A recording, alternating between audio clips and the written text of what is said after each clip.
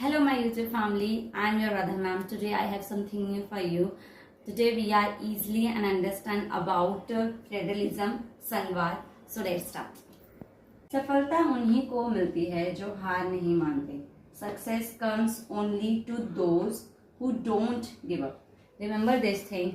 सफलता सक्सेस उन्हीं को मिलती है जो कभी गिव अप नहीं करते, जो हार नहीं मानते. संघवाद क्या है? संघवाद एक ऐसी सिद्धांत है जो सरकार की शक्तियों को विभिन्न स्तरों के बीच विभाजन करता है. संघवाद एक ऐसा सिद्धांत है जो शक्तियों को अलग अलग भागों में अलग अलग स्तरों पे विभाजित करता है, डिवाइड करता है.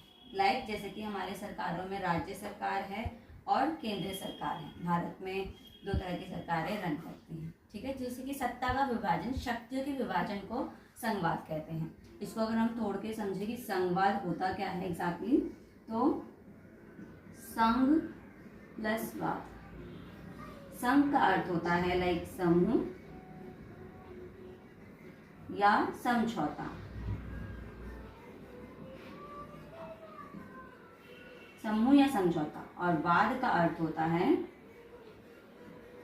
विचारधारा. विचारधारा दो शब्दों से मिलके बना है संघवाद. पहला समूह या समझौता, वाद का अर्थ होता है विचारधारा.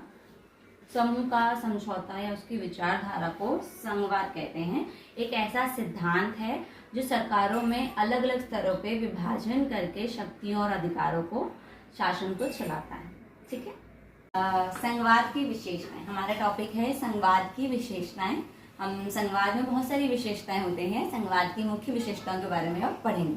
पहली विशेषता, दो स्तरों की सरकार. संघवाद सरकार में दो स्तरों की सरकार होती है.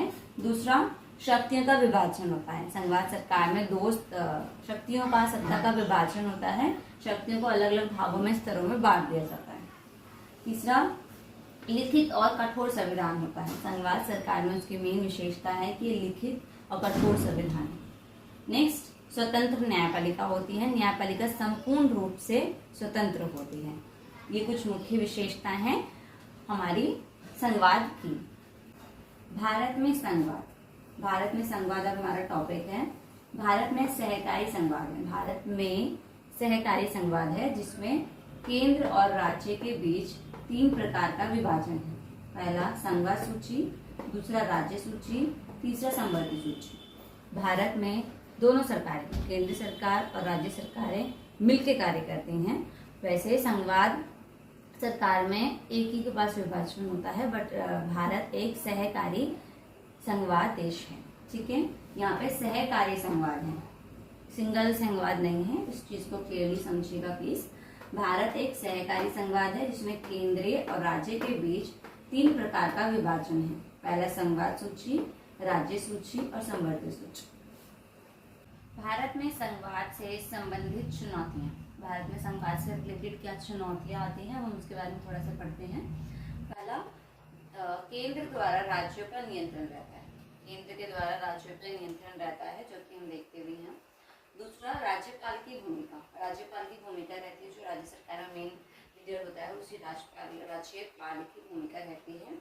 तीसरा, वित्तीय असमानता रहती है. आर्थिक रूप से असमान रूप में रहता है. वित्तीय असमानता रहती है. आर्थिक रूप से समानताएं, असमानताएं चलती रहती हैं. वित्तीय असमानता. क्षेत्रीय दलों की भूमिका. क्षेत्रीय दलों की भूमिका रहती है. ये कुछ पॉइंट्स हैं भारत में संघवाद से संबंधित चुनौतियों के. ठीक है. Thank you so much everyone. हमारी पूरी वीडियो देखने के लिए आपका बहुत बहुत शुक्रिया. Thank you so much.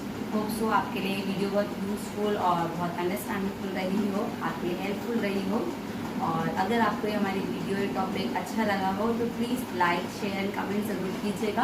और अगर आपको टॉपिक से रिलेटेड या वैसे कोई क्वेश्चन आता है तो प्लीज़ कमेंट में बताइएगा. और अगर आपको लगे कि किसी और टॉपिक पे आपको वीडियो चाहिए तो प्लीज़ कमेंट में ज़रूर मेंशन कीजिएगा. मैं आपकी हेल्प या स्टडी के लिए ज़रूर इस टॉपिक पे वीडियो बनाऊँगी. So thank you so much. Thank you so much my YouTube family. I am your Radha ma'am. Thank you.